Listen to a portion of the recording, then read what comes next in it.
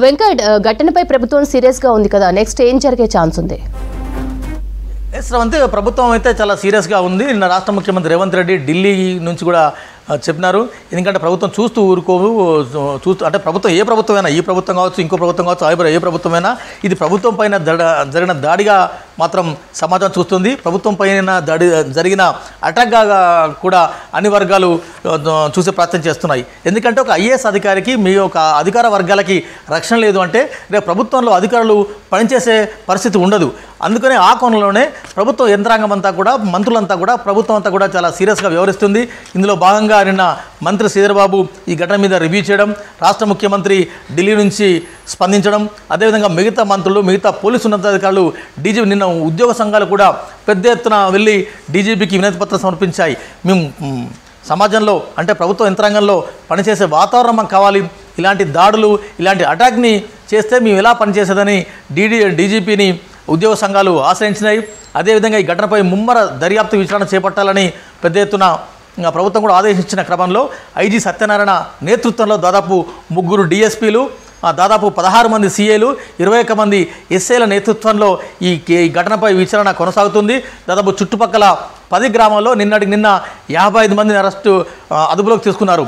55 మందిని విచారించి ఇందుకోసం జరిగింది, ఎవరు యాక్చువల్కు హియరింగ్ ఒక దగ్గర ఉంది, కలెక్టర్ని గ్రామంలోకి ఎవరు తీసుకెళ్లారు, ఎందుకు తీసుకెళ్లారు, భోగబోని సురేష్ మాట్లాడుతున్న క్రమంలో ఎవరు డైరెక్ట్గా కలెక్టర్పై చేసుకునే ప్రయత్నం చేశారు, కలెక్టర్ అలా వెళ్ళిపోగానే మిగిలిన వాహనాలను, మిగిలిన వెహికల్స్ని ఎందుకు ధ్వంసం చేశారు, ఎవరు ధ్వంసం చేశారన్నది ఫుటేజ్ ఆధారంగా అధికారులు పూర్తి స్థాయిలో కూడా ఎంక్వైరీ చేస్తున్నారు. అయితే మామూలు దాడిగా కాకుండా ప్రభుత్వంపై జరిగిన దాడిగా ఇది ప్రభుత్వం భావిస్తుంది.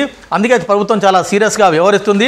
సురేష్ని అదుపులోకి తీసుకున్న తర్వాత Suresh call data, Suresh WhatsApp chat, Suresh ఎన్ని ఫోన్లు వాడారు, ఆ వివరాలు సేకరించిన తర్వాత కేవలం పట్నం నరేందర్ రెడ్డితో మాత్రమే, అంటే ఇవాళ హియరింగ్ ఉంది, కలెక్టర్ వస్తున్నారు, ఏం చేయాలి, ఎప్పుడు అంటే అని కొంత గైడెన్స్ తీసుకున్నట్టుగా పోలీసుల ప్రాథమిక విచారణలో తేలుతోంది.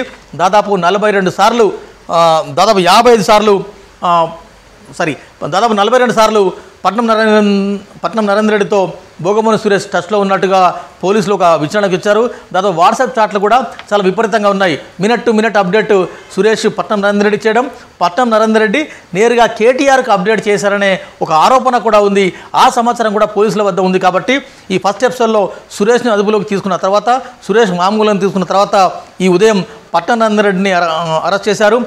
పట్నం నరేందర్ రెడ్డిని అరెస్టు చేసి ప్రస్తుతం పోలీసు విచారణలో నరేందర్ రెడ్డి ఉన్నారు. కాబట్టి పట్నం నరేందర్ రెడ్డి పోలీసులకు ఇచ్చే వాంగ్మూలం ప్రకారం కేటీఆర్ను కూడా అరెస్ట్ చేసే అవకాశం ఉంది, కేటీఆర్ని కూడా విచారించే అవకాశం ఉన్నట్టుగా కూడా పోలీసు వర్గాలు భావిస్తున్నాయి. మిగిలిన వర్గాలు కూడా దాన్ని ఎండార్ చేస్తున్నాయి. ఎందుకంటే దాదాపు 42 సార్లు phone call list, WhatsApp chat Suresh versus Patnam Narender Reddy ఉంది. పట్నం నరేందర్ రెడ్డి వర్సెస్ కేటీఆర్కి దాదాపు 7 సార్లు ఉందని పోలీసులు స్మెల్ చేస్తూ ఉన్నారు. అయితే వారి కాల్ డాటా కూడా బయటపెట్టే అవకాశం ఉంది.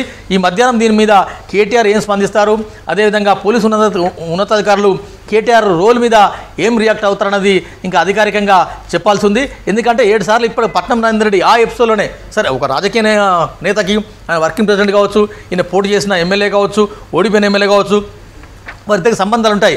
కానీ ఆ ఘటనకు ముందు, ఘటన తర్వాత ఏం జరిగిందన్న కోణంలో మాత్రమే పోలీసులు స్మెల్ చేస్తున్నారు. ఈ క్రమంలో కేటీఆర్ ఫోన్ కాల్ నుంచి, పట్నం నరేందర్ రెడ్డి ఫోన్ కాల్ నుంచి 7 ఫోన్ కాల్స్ ఉన్నాయి, కొన్ని వాట్సాప్ చాట్స్ కూడా ఉన్నాయి. కాబట్టి ఆ ఘటన జరిగిన మరుక్షణమే కేటీఆర్ ఎందుకు ఫస్ట్ హ్యాండ్ ఇన్ఫోగా ట్వీట్ చేశారు. ఈ కోణంలో పోలీసుల దర్యాప్తు అయితే కొనసాగుతుంది.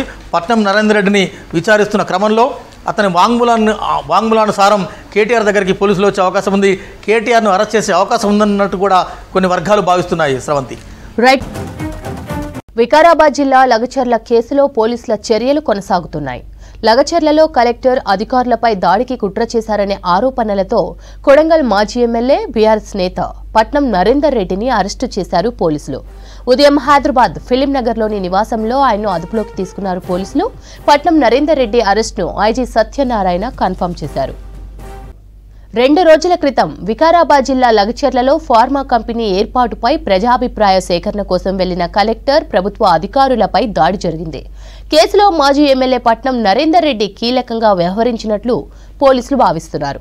ఘటనలో ప్రధాన నిందితుడిగా భావిస్తున్న బీఆర్ఎస్ నేత భోగమోని సురేష్తో పట్నం నరేందర్ రెడ్డి 32 సార్లకు పైగా ఫోన్ కాల్స్ మాట్లాడినట్లు పోలీసులు గుర్తించారు.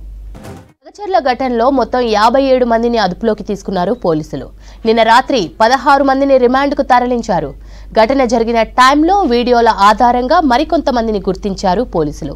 లగచర్లలో ఫోన్ కాల్ డేటా విశ్లేషిస్తున్నారు పోలీసులు. సెల్ ఫోన్ టవర్ లొకేషన్ ఆధారంగా దర్యాప్తు చేస్తున్నారు. సూత్రధారుల వ్యవహారంలో కీలక సమాచారం సేకరించినట్లు తెలుస్తోంది. గ్రామంలో పోలీస్ పికెటింగ్తో పాటు ఇంటర్నెట్ సేవలు బంద్ చేశారు. ఇవాళ కూడా అరెస్టులు కొనసాగుతున్నాయి.